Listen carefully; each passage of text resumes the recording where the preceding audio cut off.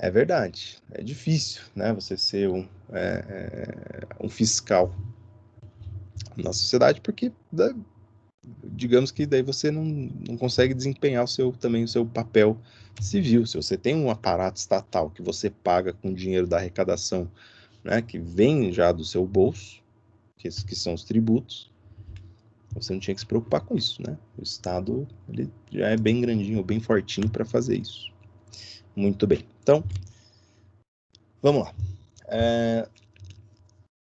Então, o direito penal ele prevê infrações penais, são aqueles bens jurídicos, aqueles valores que têm mais importância para a sociedade, que são protegidos por ele, ou pelo menos se tenta proteger, né?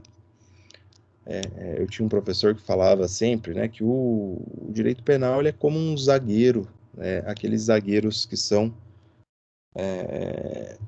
brabos, né? Ele sempre chega atrasado, né, chega por trás com muita força, né, e acaba cometendo falta. Né? Porque, veja, né, no direito penal, o que nós temos aqui é um sentido em princípio, de retribuição. Você infringiu uma norma, você vai ser punido por isso. No direito penal, de uma maneira mais violenta, né, que seria aí na mão do Estado e no nosso país, as penas restritivas, né, de direitos, penas privativas de liberdade e multas. Né? Então, ou é prisão, ou é multa, ou é algum outro tipo de restrição aos seus direitos que vai ser imposto. Tá? E aqui, no direito penal, nós chamamos, né, esses valores da sociedade de bens jurídicos. Tá? Então, você fala assim, olha, no crime, né, de furto, qual é o bem jurídico que eu estou tentando proteger? É o patrimônio.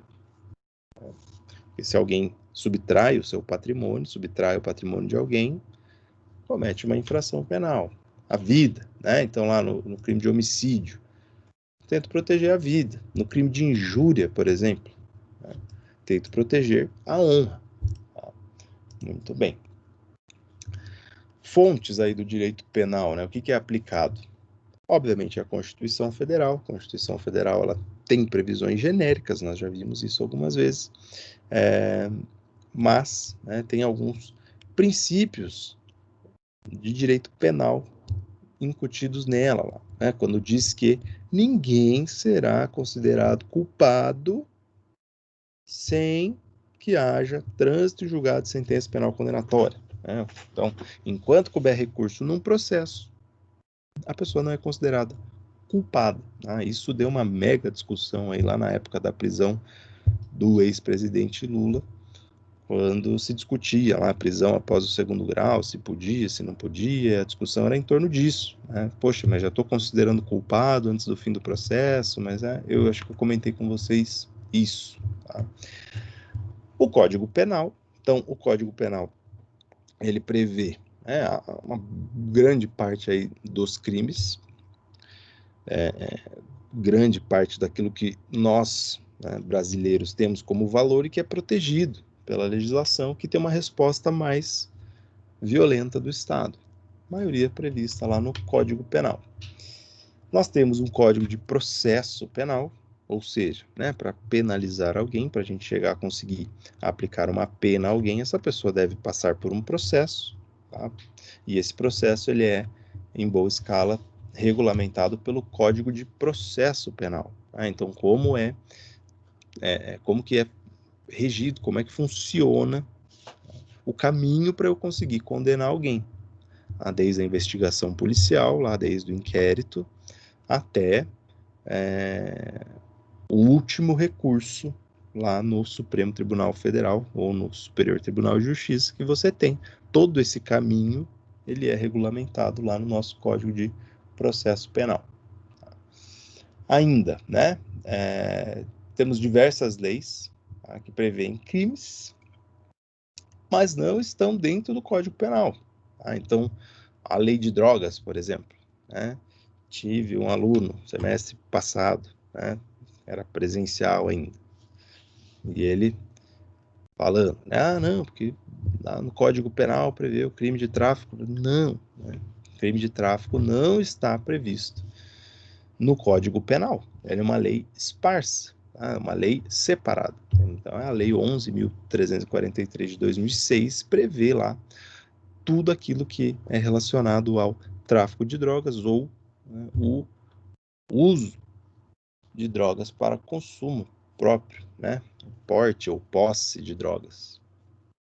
E algumas outras medidas também.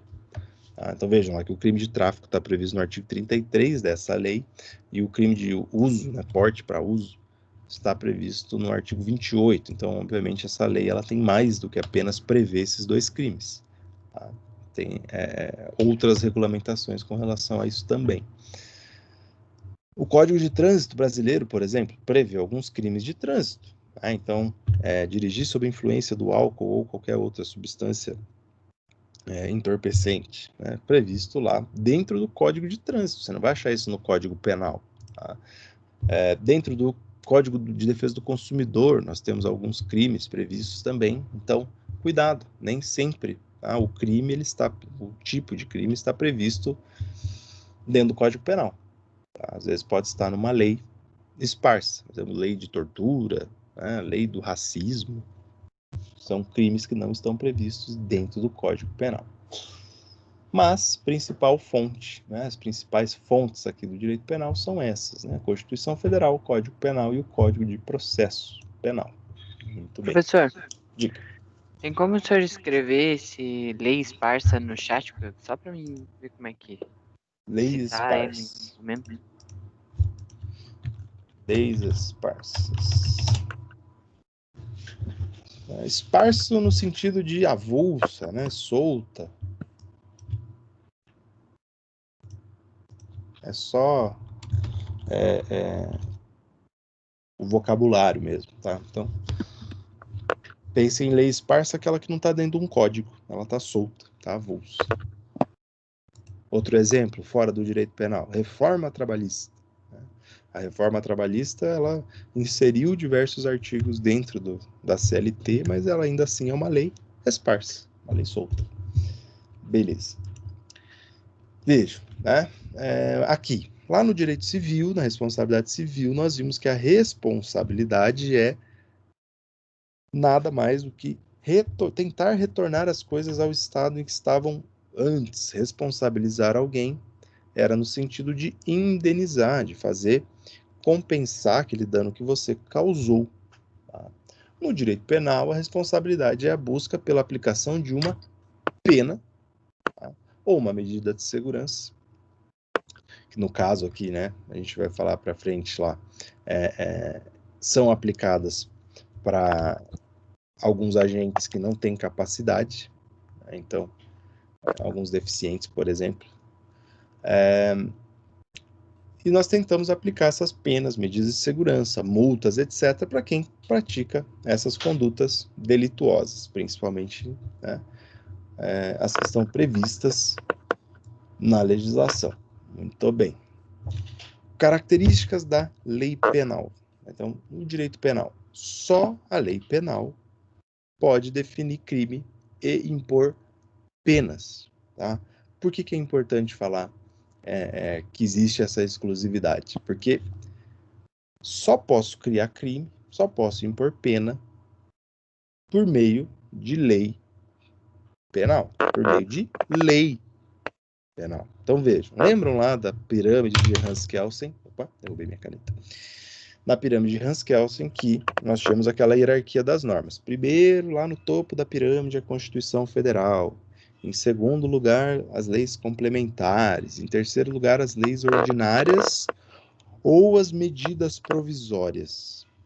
E daí nós vimos lá que medida provisória é um ato, uma ação do Poder Executivo, tá? No caso, na figura do presidente da República, que cria uma norma. Ele praticamente cria uma lei. Tá? Só que, né, por mais que tenha status de lei, força de lei, tá no mesmo andar da pirâmide lá do que a lei, o presidente não pode criar, né, nada, né, nenhum crime por meio de medida provisória. Por quê? Porque só a lei penal pode criar e criar crimes e impor penas, tá? Então, por meio de medida provisória, o presidente da República não pode chegar, por exemplo, amanhã e baixar uma medida provisória lá dizendo que alguma nova conduta hoje se torna crime. Muito bem, então a lei penal ela é exclusiva, só ela pode definir crimes e impor penas. Tá? Outra característica, tá? Da anterioridade penal. Então veja, tá? Não há crime, não há pena, se não houver lei anterior que a defina. Tá? Onde que a gente vai encontrar essa definição? Até coloquei em latim ali, né? Nullum crime, nulla pena, sine lege, porque é uma frase famosa no direito penal. Tá? É o artigo 1º do Código Penal. Tá? Vocês abrirem o Código Penal e lerem lá o primeiro artigo, está escrito isso. Tá? Não há crime sem lei anterior que o defina. Não há pena sem prévia cominação legal. Então, o que isso quer dizer? Se você pratica uma conduta hoje e amanhã essa conduta se torna crime, né? Vem uma nova legislação e torna essa conduta sua crime, você não pode ser atingido por essa nova lei. Por quê? Porque quando você praticou a conduta, não existia crime. Porque não existia lei que definia aquela conduta como crime. Então, você chegou na faculdade brabo, chegou chutando a porta, quebrando a porta, assustando todo mundo. Beleza, responsabilidade civil, você vai indenizar a porta que você quebrou lá, vai pagar para a faculdade. No dia seguinte, os deputados lá no nosso Congresso decidem aprovar uma norma que prevê lá um novo crime, né, que é chutar portas nas faculdades. Né? Um exemplo bem esdrúxulo, mas se presta porque a gente precisa. Como você chutou a porta antes desta lei existir, essa lei não vai voltar no tempo para te assombrar. Vai falar, putz, eu chutei a porta ontem e hoje virou crime. Tô ferrado, vou ser preso. Não. Tá? Você não vai ser preso. Tá? Agora, no sentido contrário, tá? Essa lei vai te alcançar. Porque a lei penal, deixa eu ver se está aqui no próximo slide, da retroatividade. Deve estar para frente. Mas, já que estamos falando da anterioridade, a lei penal ela não volta no tempo para te prejudicar, mas para te beneficiar, ela volta no tempo. Então, vamos usar outro exemplo. Você furta alguma coisa lá do estojo do seu colega, né? Aquele famoso pegou emprestado sem pedir, né? Pegou a caneta do colega e não devolveu. Praticou crime de furto, né? Artigo 155 do Código Penal, subtrair para si ou para outro em bem móvel alheio. Você subtraiu para si, né, um bem móvel alheio, que era a caneta do seu colega. Pegou para você. Você cometeu o crime de furto. Aí teu colega descobre, né, vai lá na delegacia, faz um BO por causa da caneta, né, e você começa a ser investigado pela polícia. Vem o Ministério Público, oferece denúncia e tá lá você respondendo processo criminal por furto. E aí, né, vem uma nova lei e extingue o crime de furto. Fala, olha, furto não é um crime, não deveria ser preocupação da lei penal, por ser um tipo, né, de crime sem violência, então vamos deixar o direito civil cuidar disso aí, o direito administrativo, a gente impõe uma multa, mas não vai mais ser considerado crime. Essa lei te atinge, você não vai mais ser processado. Tá?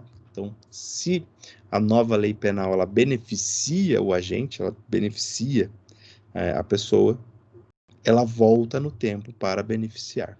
Tá? Então, não esqueçam disso. A lei penal, ela retroage, ela volta no tempo para beneficiar o acusado. Tá? Muito bem. Mas nunca para prejudicar. Tá? Vou até escrever aqui, né? Seria retroage in bonam partem, tá? Então, é o brocardio em latim que se fala, né? Ela volta no tempo para beneficiar, né? Para fazer o bem, vamos colocar assim, tá? E ela não retroage, tá? Vou colocar aqui, não retroage. Eu vou apagar isso aqui, tá? Só estou colocando para vocês verem que tem essa terminologia utilizada, tá? Em Malanparten, ela não volta no tempo para prejudicar, para fazer mal para a pessoa. Muito bem. Então, não esqueça. Eu tendo a cobrar isso na prova. Provavelmente numa das assertivas lá do marcar X vai estar escrito assim. Ou às vezes até verdadeiro e falso, tá? Vai dizer lá, a lei penal retroage para beneficiar o acusado. Verdadeiro. Ou a lei penal nunca retroage. Falso. Porque ela pode retroagir se for para beneficiar alguém. Beleza. Mais características da lei penal. Ela é imperativa, como toda norma de ordem pública, né, do direito público, ela é imperativa e ela é genérica, obrigatório para todos, ninguém escapa, né? Todos são iguais perante a lei. Tá? Então, aqui é uma das características, mas nós já falamos dela. Né? É uma norma que impõe condutas, né, proíbe você de fazer determinadas coisas. Né? Ela é imperativa, ela manda, e você, cidadão, deve obedecer, e ela é genérica, no sentido de que se aplica para todos, ninguém escapa. Tá? Seja o presidente da República, seja quem for. Muito bem. Ela é impessoal. Tá? Em que sentido que a norma penal é impessoal? Ela não pode ser criada, tá, para atingir pessoas específicas. Tá? Vejam que nós estamos falando de pessoas específicas, então eu não posso dar nome. Tá? Eu não posso falar assim, olha, vou pegar exemplos aqui com vocês da sala. Então, se a Letícia comete um crime, né? Se a Letícia, vamos dizer assim, se a Letícia passar café antes da aula de manhã, ela vai sofrer uma pena, vai sofrer uma multa. Mas, né, o João Vitor não. Se o João Vitor, se ele fizer café, ele não tem problema, ele pode. Tá? Ela não pode fazer esse tipo de discriminação pessoal, ela tem que ser impessoal, tem que ser uma norma genérica, tá? Para todos. Agora vejam, eu estou falando de pessoas. Porque a ideia aqui é a gente não conseguir perseguir alguém por algo. Então, poxa, não vou com a cara de fulano, ciclano, beltrano, então vou criar uma lei penal que só atinja aqueles 3 lá. Não dá. Tá? Ela tem que ser genérica. Nada impede que a lei penal preveja algumas classes, algumas categorias. Né? Então, por exemplo, vocês vão encontrar lá no Código Penal uma seção de crimes que são cometidos por servidores públicos. Tá? E aí é servidor público em geral. Então temos lá o crime de prevaricação, né? Quando o servidor público ele deixa de cumprir o dever legal. Né? Então o auditor da Receita Federal que não fiscaliza o pagamento de tributos ou que não emite uma multa para alguém que está devendo lá, ou sonegou um imposto, sei lá. O delegado que não investiga nenhum crime, o juiz que não julga processo. Então aquele servidor público que deixa de cumprir o seu papel, de fazer aquilo que deveria, comete crime, e é um crime específico de servidor público. Nós temos lá um Código Penal militar, que se aplica para os militares apenas. Mas vejam que não são pessoas específicas, né? É uma classe, é uma categoria que se enquadra dentro desse. E isso não tem problema. Aí a lei penal pode criar esse tipo de norma. Tá? Muito bem. Avançando. Não admite analogia para prejudicar o acusado. Tá? Então, se nós temos aí casos semelhantes, né, com o que diz a lei, eu não posso aplicá-lo. Tá? Quando nós pegamos a lei penal, nós temos que comparar o que está escrito na norma penal e comparar o fato, comparar aquilo que aconteceu na vida real, a conduta humana. O que aconteceu? Tá? Opa, passei o slide. Se essa conduta não bate exatamente com o que está previsto na lei, lembre do princípio da estrita legalidade, aquilo que a pessoa fez não é considerado crime, não pode, tá?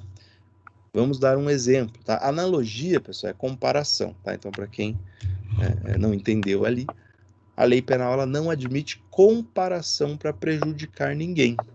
Às vezes a lei penal ela fala uma coisa e quando você vai olhar para o que a pessoa fez, é muito parecido o que ela fez com o que estava previsto na legislação, mas não é exatamente aquilo. Se não é exatamente, tá? Não encaixar perfeitamente no que diz o Código Penal, aquela conduta não pode ser considerada crime. Por quê?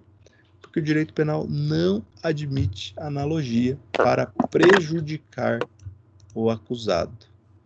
Vejam que a dinâmica, né, no direito penal ela é garantista, ela tenta dar ao cidadão, né, o possível acusado, aí, garantias, né, meios de se proteger de arbitrariedades do Estado, visto que o Estado ele é muito forte, ele é muito mais forte do que você, cidadão.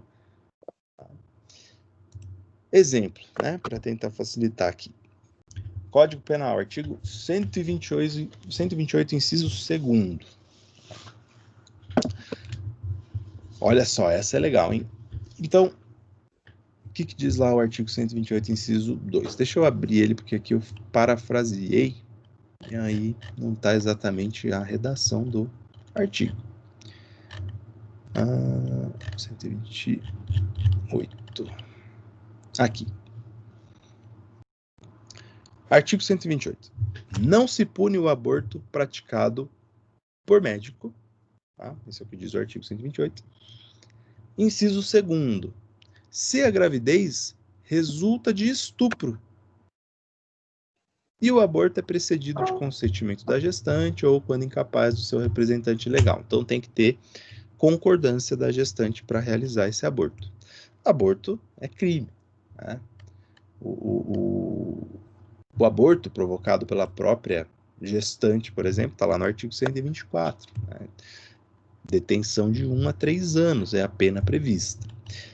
Mas esse aborto pode ser realizado por um médico. Tá? No caso, né, lá no artigo 128, nós temos uma excludente do crime, algo que vai fazer com que a conduta não se torne crime. Quando? Quando o médico praticar um aborto na gravidez que resulta de estupro. Aí nós entramos num problema aqui, que a lei penal, ela segue a estrita legalidade. O que é estupro? Aí eu pergunto para vocês, passo a batata quente para vocês.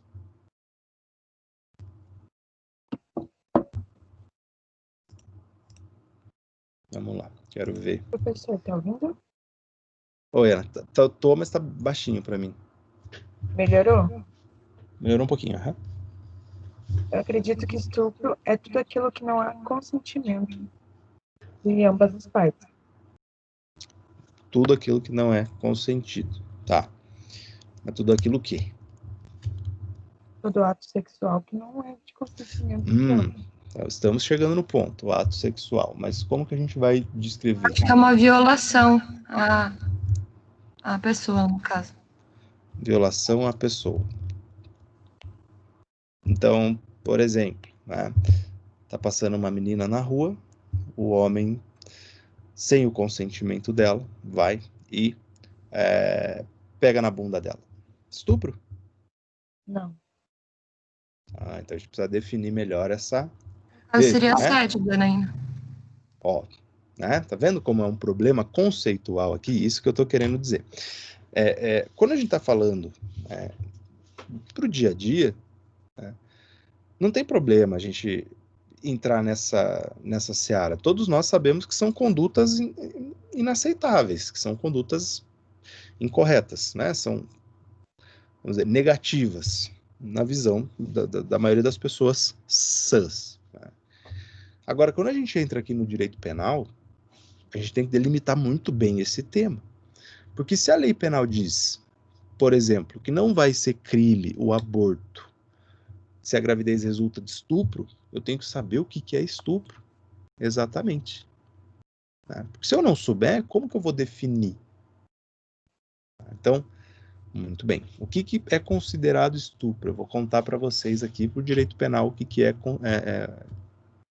considerado estupro. O estupro é a conjunção carnal, olha só, né, o termo que é utilizado, conjunção carnal, sem o consentimento, tá? De uma das partes. Nós estamos falando aqui de gravidez, então no caso seria sem o consentimento da mulher, né, que acabou engravidando. Conjunção carnal é penetração do pênis na vagina. Isso é o conceito aqui de estupro para o direito penal.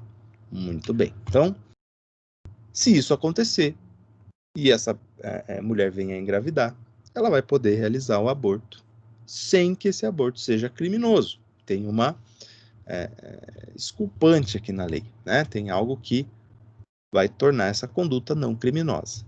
Beleza. Problema, né? Agora, deixa eu ver se está no exemplo aqui ou não. Antes de entrar nesse próximo slide, eu vou contar para vocês. Vocês lembram de um caso, um tempo atrás, de um rapaz que estava dentro do ônibus e ejaculou numa moça, numa outra passageira? Lembro. Lembram Eu desse lembro. caso? Nesse caso, pessoal, nós enfrentamos um problema com relação à legislação penal no país. Por quê? Porque esse rapaz ele teve essa conduta e ele foi preso, foi levado para a delegacia.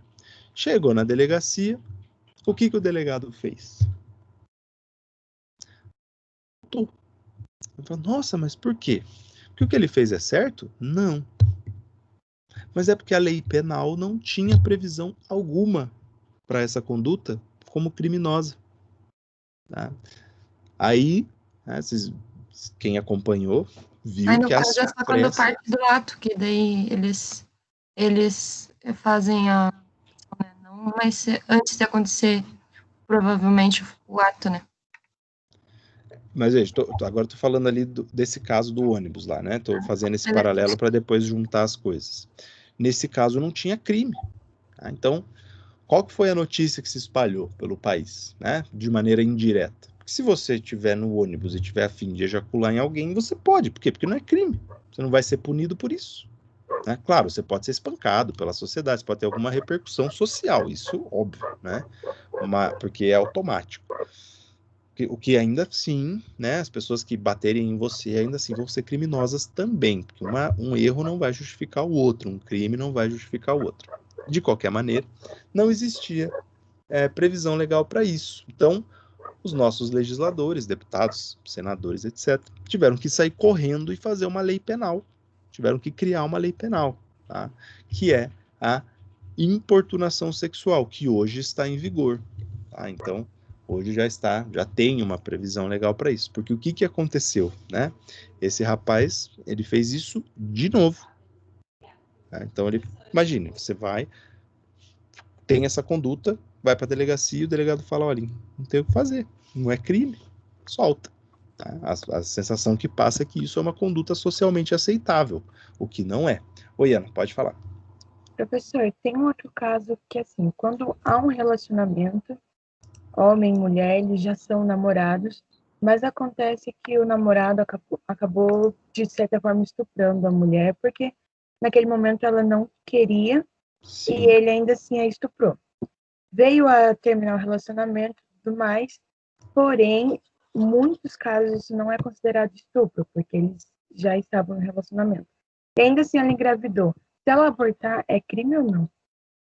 Veja, né? Olha só que complexo, né? Esse caso. Realmente, né? A nossa jurisprudência, ela é retrógrada nesse sentido. Né? Vocês vão achar decisões para os dois lados aí. Decisões que vão entender essa conduta como estupro, tá? Porque simplesmente é não consentido. E tem jurisprudência que entende, jurisprudência, né, pessoal? Decisões dos tribunais, que entende em qual sentido? Bom, se estava namorando, o consentimento ele é presumido. Eu presumo que se a pessoa está num relacionamento amoroso com a outra, né, já mora junto, etc., aí não há o crime de estupro. Vai depender caso a caso. Né? Qual seria, né, o desfecho aí? É o famoso depende, pessoal. Aí vai ser um grande problema. Por quê? Porque nossos tribunais são divididos nesse sentido. Tá? Difícil, né? Por exemplo, eu sempre me coloco nessa posição. Se o cliente me procura, né, você como advogado, princípios, né, ou você como cidadão, não interessa se é advogado ou não, né, um dos princípios do nosso direito é o da justiça, primeiro deles. Então, a gente tem que ter sempre uma noção de estar agindo dentro do que a gente acredita ser justo. E o segundo deles é o da segurança jurídica. Eu tenho que ter segurança jurídica na minha conduta. Eu tenho que saber o que o direito tem para mim guardado lá, porque senão você anda sem saber das coisas, você não sabe o que faz. Nesse caso, por exemplo, é uma das questões que existe uma insegurança jurídica. Né?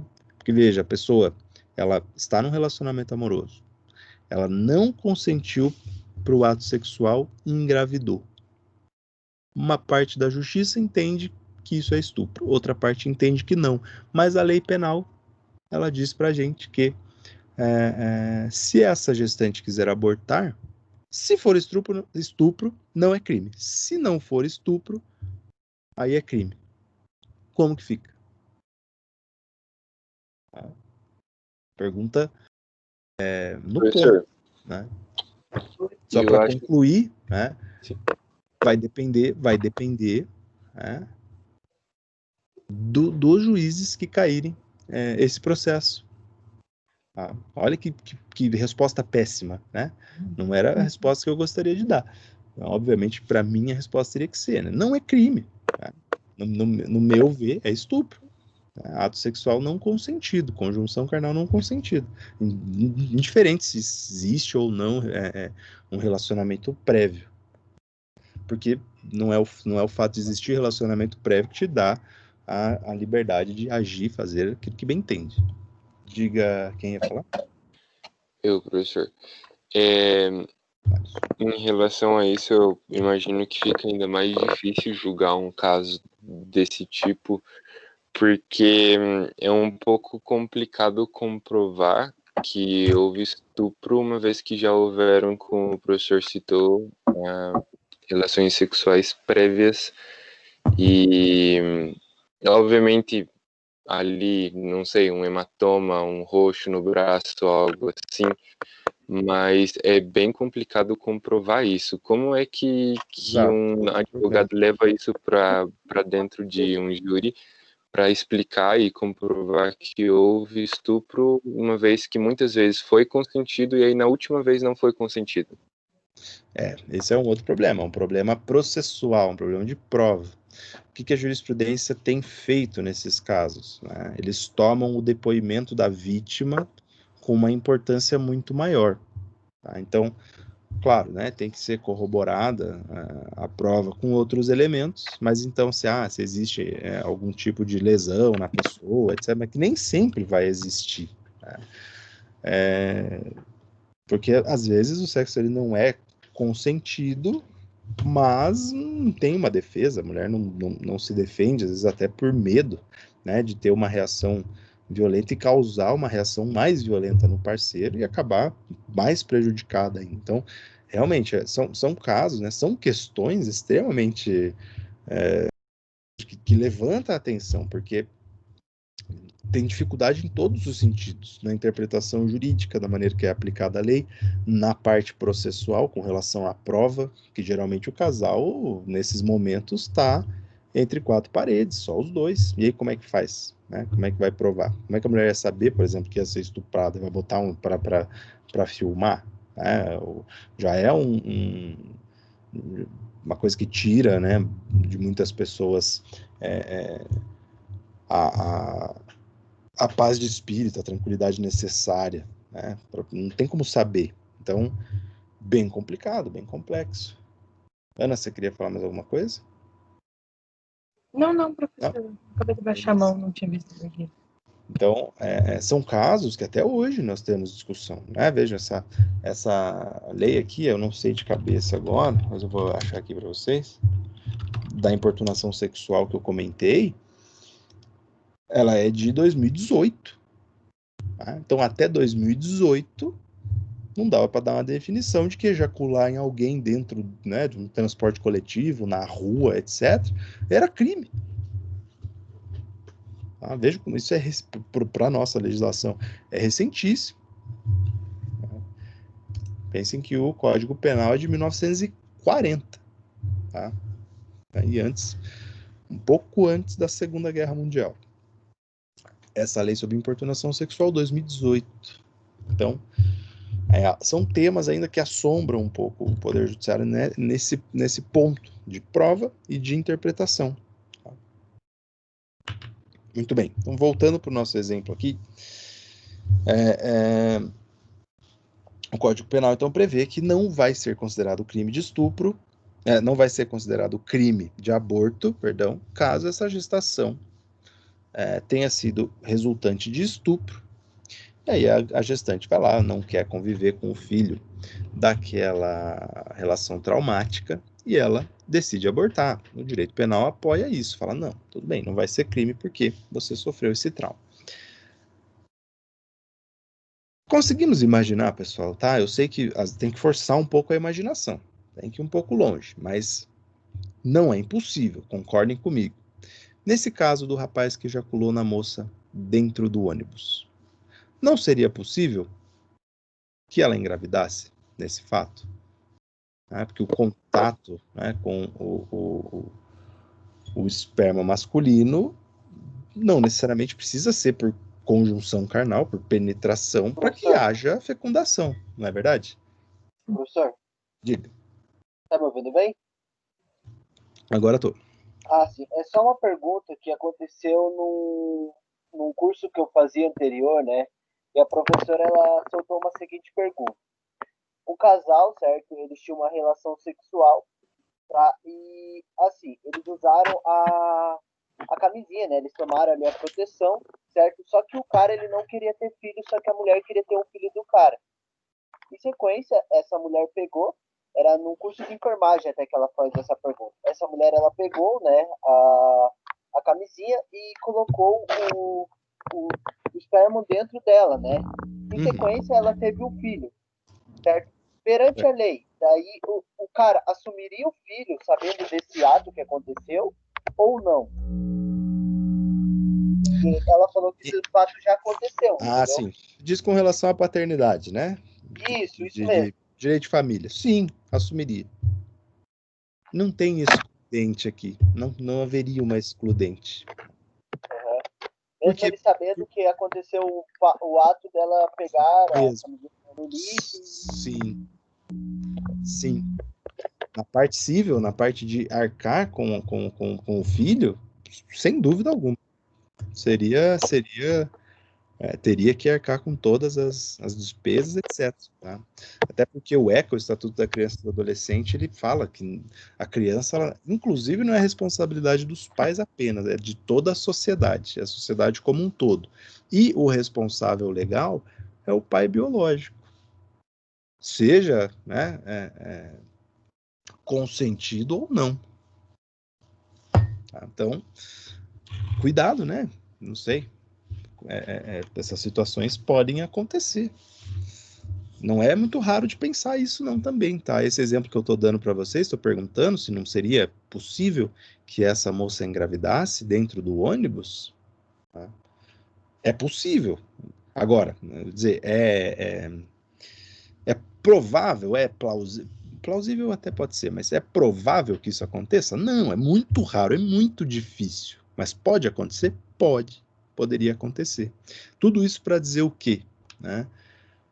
Nesse caso, ela teria engravidado, vítima de uma, hoje, importunação sexual antes, de 2018. Isso nem era considerado crime, e ela teria engravidado.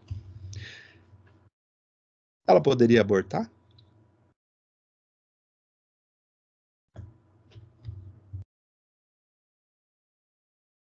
Porque a lei penal diz estupro. Ela sofreu estupro? Perante a lei, não. É. E ela poderia abortar? Sem cometer crime? Não, também. Então, a notícia boa que vem agora, né, pessoal, é que sim, ela poderia. Por quê? Né? Porque aqui é um caso de analogia. Nós estamos lidando com situações análogas, situações parecidas. Para a lei, a definição legal não é estupro, mas é uma situação muito parecida. Né? Uma gravidez sem consentimento, vítima de uma violência sexual, mesmo que a lei não tivesse previsão de que aquilo era violência sexual ou não. É uma comparação, é parecido. Né? Pô, não foi estupro, mas, poxa, né, todos os elementos ali que circundam esse fato demonstram uma certa semelhança com uma gravidez advinda de uma violência. Tá? Para isso, tá, a analogia pode ser aplicada. A analogia ela pode ser sempre aplicada para beneficiar o acusado, nunca para prejudicar o acusado. Tá? Então, ponto para se lembrar aí. Né? A gente falou tudo isso para chegar nessa conclusão. Tá? Quando for comparação à lei para beneficiar, pode, para prejudicar, não. Diga.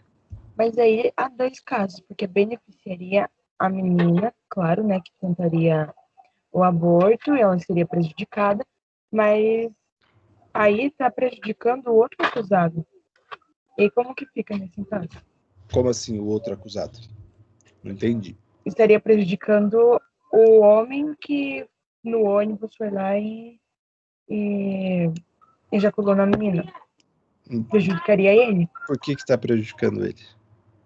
Porque com uma analogia, ele estaria de fato fazendo o ato de sei lá, estupro ou coisa assim. Então, aqui que se encaixa o exemplo para as duas pessoas.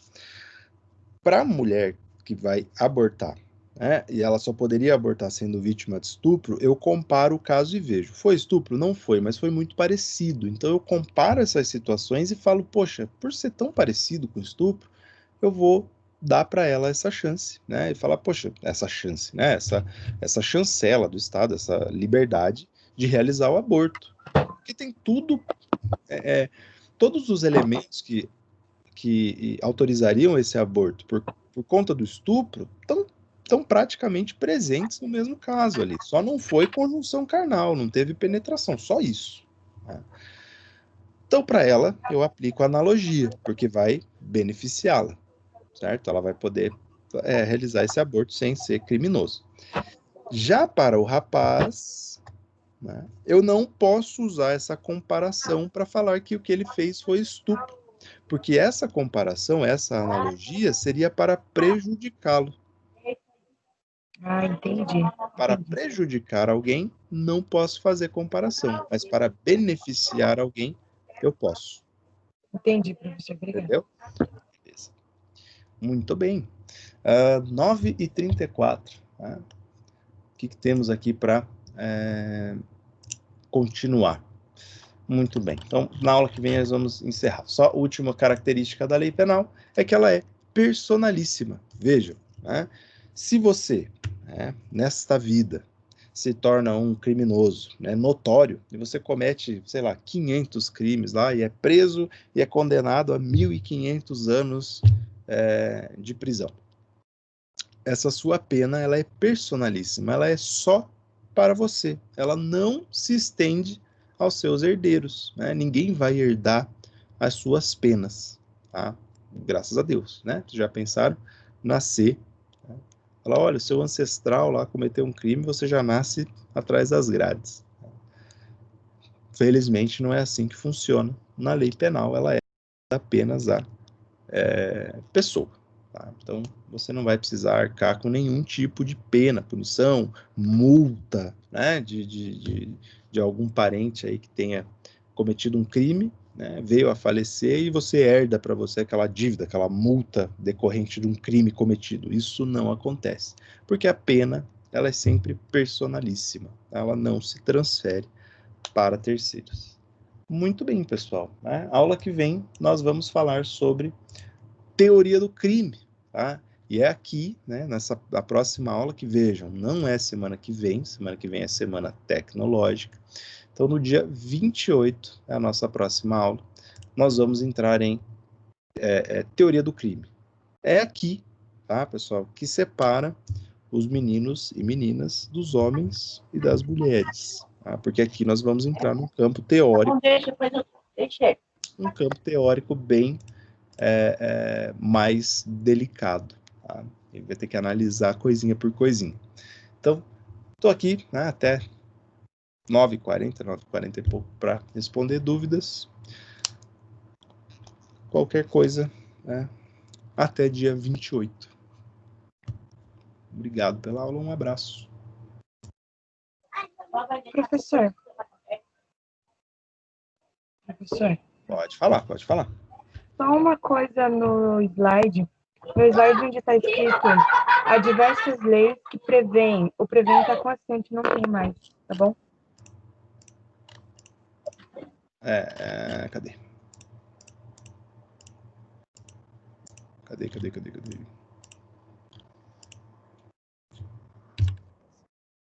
Aqui. Resolvido. É isso mesmo, obrigada, professor. Obrigado. Professor, Pode falar. eu esperei ver se não tinha alguma dúvida em relação à aula, porque semana passada o senhor falou sobre responsabilidade civil, certo? Isso, encerramos lá. E daí eu tô tendo um treinamento para ser call center, né? Uhum. E da área de saúde. E foi muito falado sobre